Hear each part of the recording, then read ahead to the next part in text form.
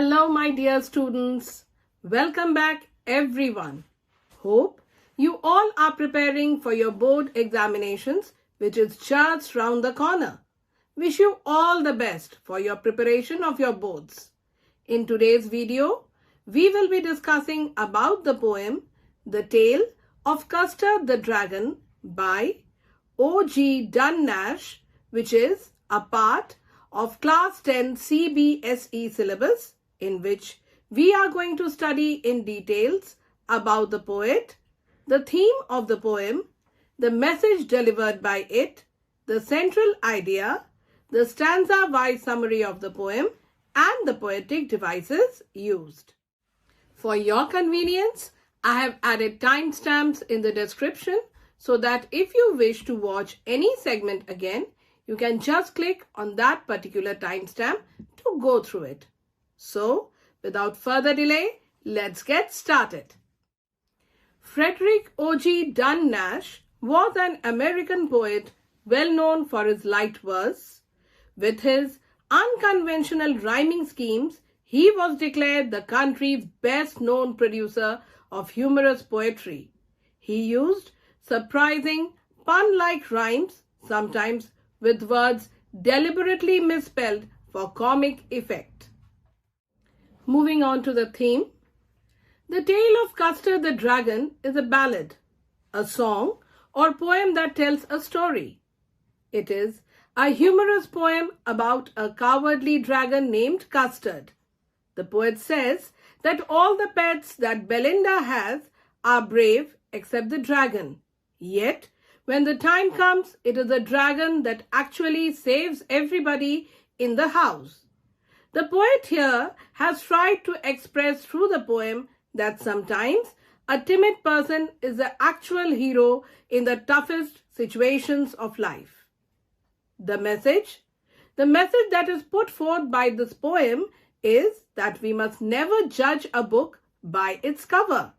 At some point or the other, the true colors of any person will shine through, whether those colors are good or bad. The poet uses the medium of a fanciful tale to teach this lesson. The central idea. The central idea of this poem revolves around the themes of bravery, fear, and the true nature of courage. It proves the fact that true bravery is not the absence of fear, but the ability to act despite it. The poem showcases that appearances can be deceiving and that true courage often comes from unexpected places. Let us now go through the stanza-wise summary of the poem. Stanza 1. Belinda lived in a little white house with a little black kitten and a little grey mouse, and a little yellow dog and a little red wagon, and a realio trulio little pet dragon. The poem opens with the introduction of the characters of the poem, namely Belinda, a little girl who lives in a little white house with her pets and a wagon. Her pets include a black kitten, a little grey mouse, a little yellow dog, and a little dragon. Stanza 2. Now the name of the little black kitten was Ink, and the little grey mouse, she called her Blink.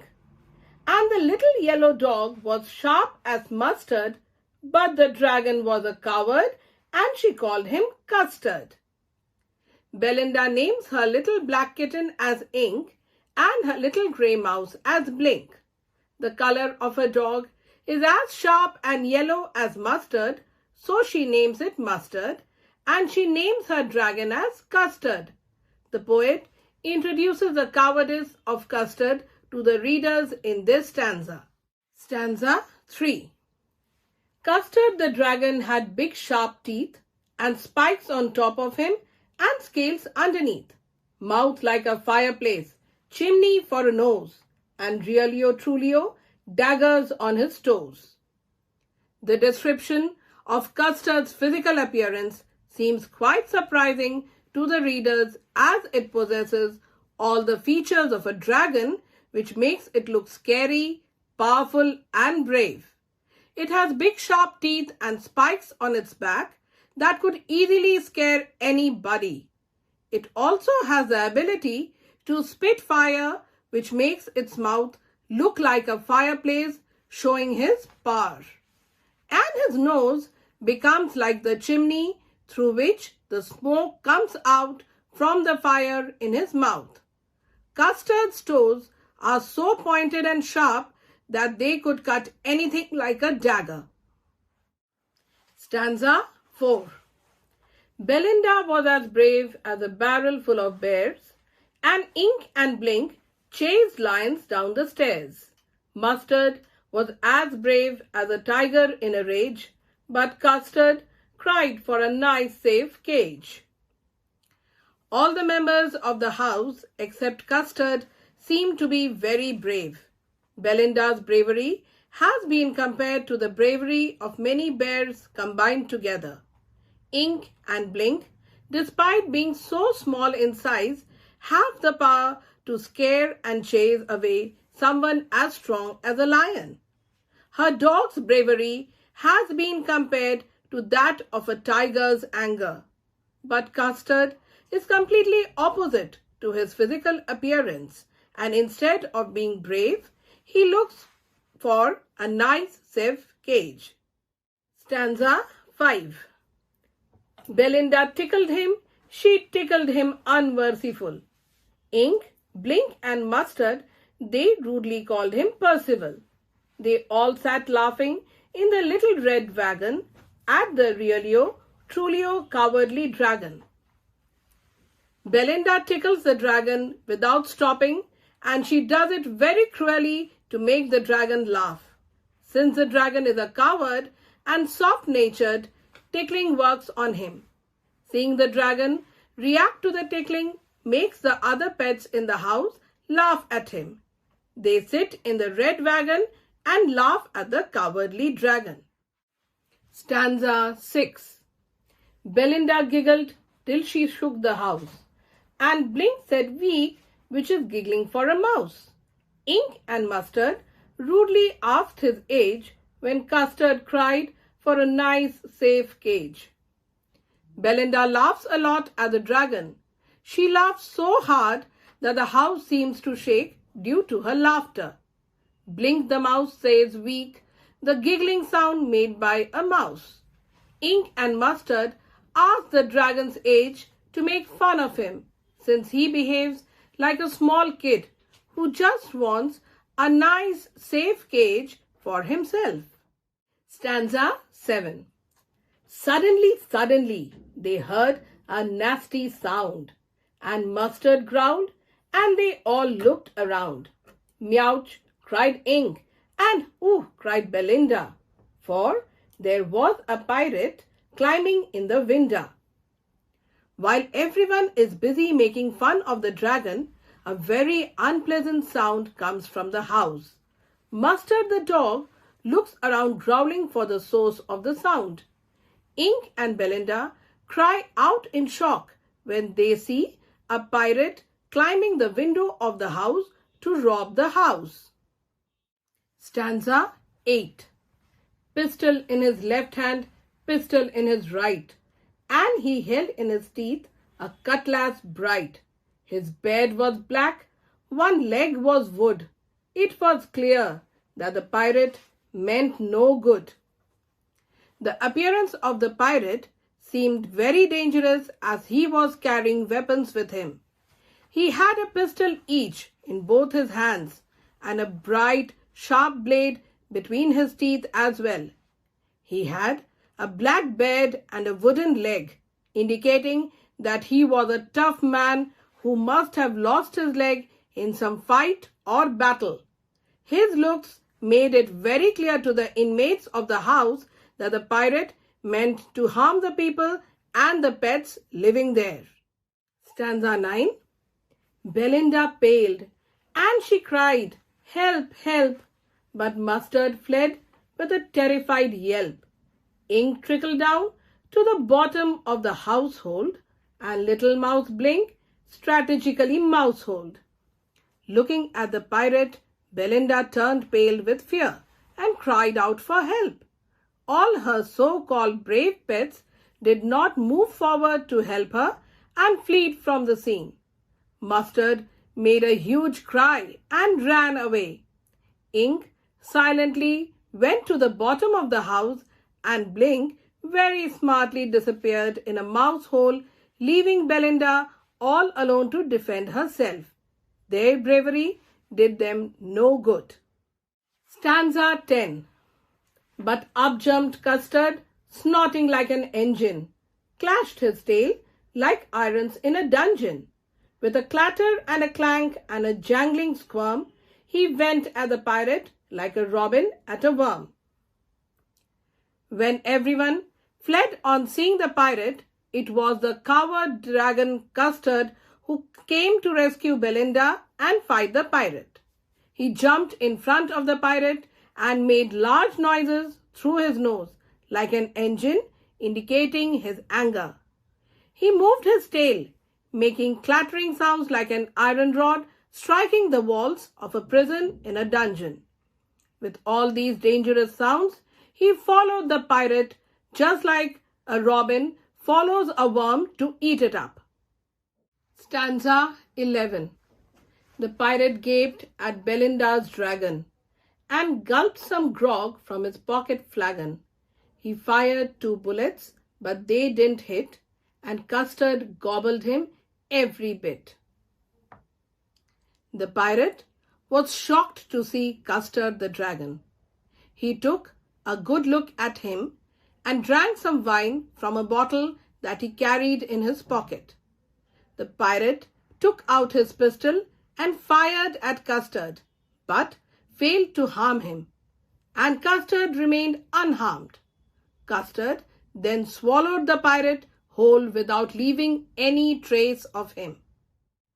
Stanza 12. Belinda embraced him, Mustard licked him. No one mourned for his pirate victim. Ink and Blink in glee did gyrate around the dragon that ate the pirate. After Custard ate the pirate, to everyone's surprise, there was joy all over the house. Belinda embraced him to express her gratitude for saving everyone. Mustard licked the dragon to show his love and gratefulness. Everyone celebrated the death of the pirate, and there was no grief. Ink and Blink started dancing around the dragon out of happiness. Stanza 13. But presently up spoke little dog Mustard. I would have been twice as brave if I hadn't been flustered. And up spoke Ink and up spoke Blink. We'd have been 3 times as brave, we think. And Custard said, I quite agree that everybody is braver than me. It becomes very clear that who is brave and who is a coward after the pirate incident. Mustard starts giving excuses for his act of cowardice at the hour of need. He states that he would have been twice as brave as Custard if he had not got nervous at that moment. Ink and Blink feel that they could have been thrice as brave as Custard. They are not willing to accept the fact that Custard, who was regarded as a coward by everyone, proves to be the real hero. Custard very humbly accepts the fact that he is a coward and the others are braver than him. Stanza 14.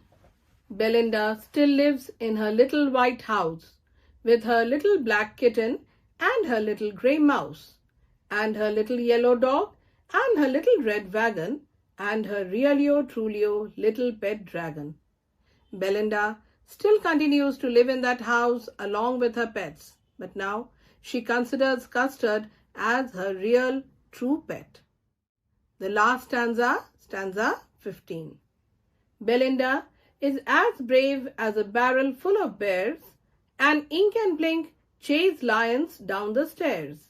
Mustard is as brave as a tiger in a rage, but Custard keeps crying for a nice, safe cage.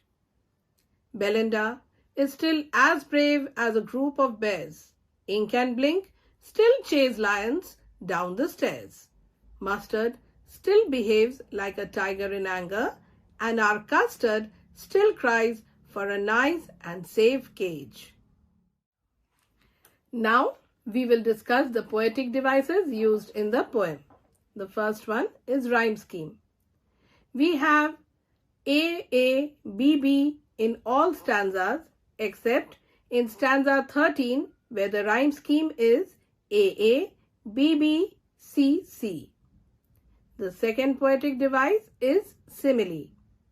Examples of simile: mouth like a fireplace, as brave as a barrel, snorting like an engine, clashed his tail like irons in a dungeon, he went at the pirate like a robin at the worm. The third poetic device is repetition. Examples: suddenly, suddenly they heard. Belinda paled and she cried, help, help. Third one, and the little. The fourth and last poetic device is alliteration. Example: and he held in his teeth. With this, we come to the end of today's video. You will be glad to know that alongside my offline English classes, I'm also helping students with social studies and biology after repeated requests from many students and parents. Anyone who wishes to get detailed notes and prepare for their exams is welcome to register and enroll for my classes, the details of which are given in the description. Once again, children, wish you all the best for your forthcoming board examinations. Thanks for watching. Do not forget to like, share and subscribe to my channel to get a regular view of my videos.